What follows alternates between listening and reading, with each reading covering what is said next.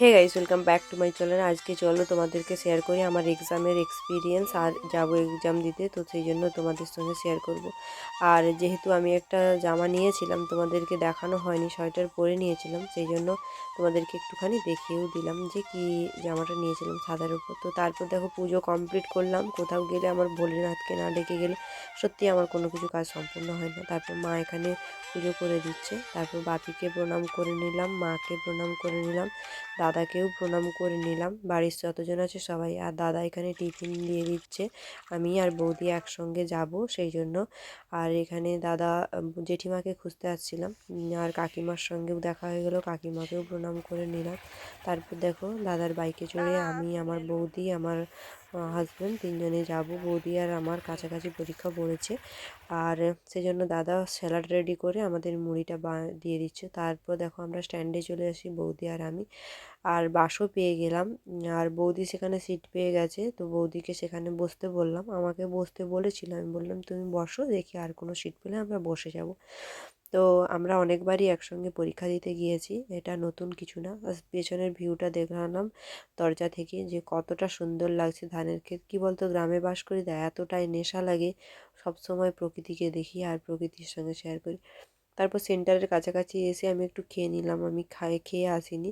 মা সকাল সকাল ভাত করে দিয়েছিল, বৌদি খেয়েছিল, আমার শরীরটা ভালো লাগেনি বলে আমি খেয়ে আসিনি। তারপর দেখো এখানে চপ মুড়ি খেয়ে নিলাম, বৌদিকেও খেয়ে নিতে বলেছিলাম, বৌদি চলে গেছে, বৌদিকেও বাই করে দিয়েছিলাম। তারপর কাছাকাছি সেন্টারের কাছে চলেও এলাম, এসে তোমাদেরকে সেন্টার দেখাচ্ছি। আমার পড়েছিলাম মেদিনীপুর অটোনোমাস কলেজ, যেটা ডে কলেজ নামে পরিচিত, আর আমার বৌদির পড়েছিল ইউনিভার্সিটিতে। তো বৌদিকে কল করে নিয়েছি, বৌদি বলেছে তুমি সাবধানে পরীক্ষা দাও, আমিও বলেছি তুমিও ভালো করে পরীক্ষা দাও। তো তারপর আমাদের মিট আপ হবে, তো তোমাদের সঙ্গে সেগুলোও শেয়ার করব। আপাতত পরীক্ষা সেন্টারের কাছে চলে এসেছি, যখন আমার রোল নাম্বার দেখে নিলাম। আর আমার বান্ধবী এসেছিলো, তো তার সঙ্গেও মিট আপ হবে, তো সেই জন্য দাঁড়িয়ে আছি, সবাই প্রায় ঢোকার মুখে।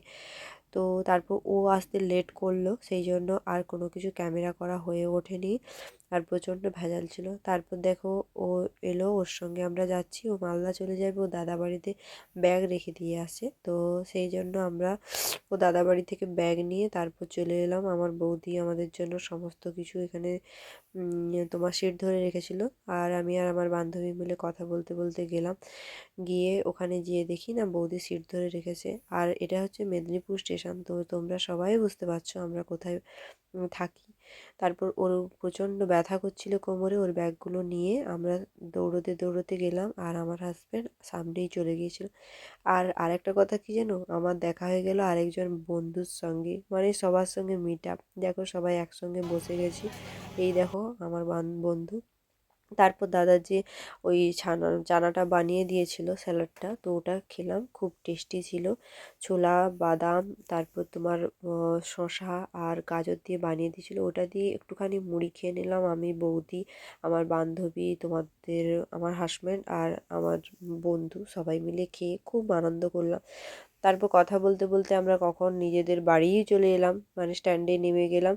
আর পরীক্ষা কেমন হয়েছে সেটা তো তোমাদের বলাই হয়নি, পরীক্ষা ভালো হয়েছে, রেজাল্ট বেরোলে তোমাদের অবশ্যই জানাবো যে পরীক্ষা কেমন হয়েছে। তারপর ও স্ট্যান্ড থেকে গাড়ি নিতে গিয়েছে, আমি আর আমার বৌদি এখানে দাঁড়িয়েছিলাম, আর গাড়িটা নিয়ে এলে আমরা দুজনে চলে যাব। তো কেমন লেগেছে অবশ্যই তোমরা জানিও। বৌদিরও এক্সামও ভালো হয়েছে, বৌদিও বললো যে এক্সাম আমার ভালো হয়েছে।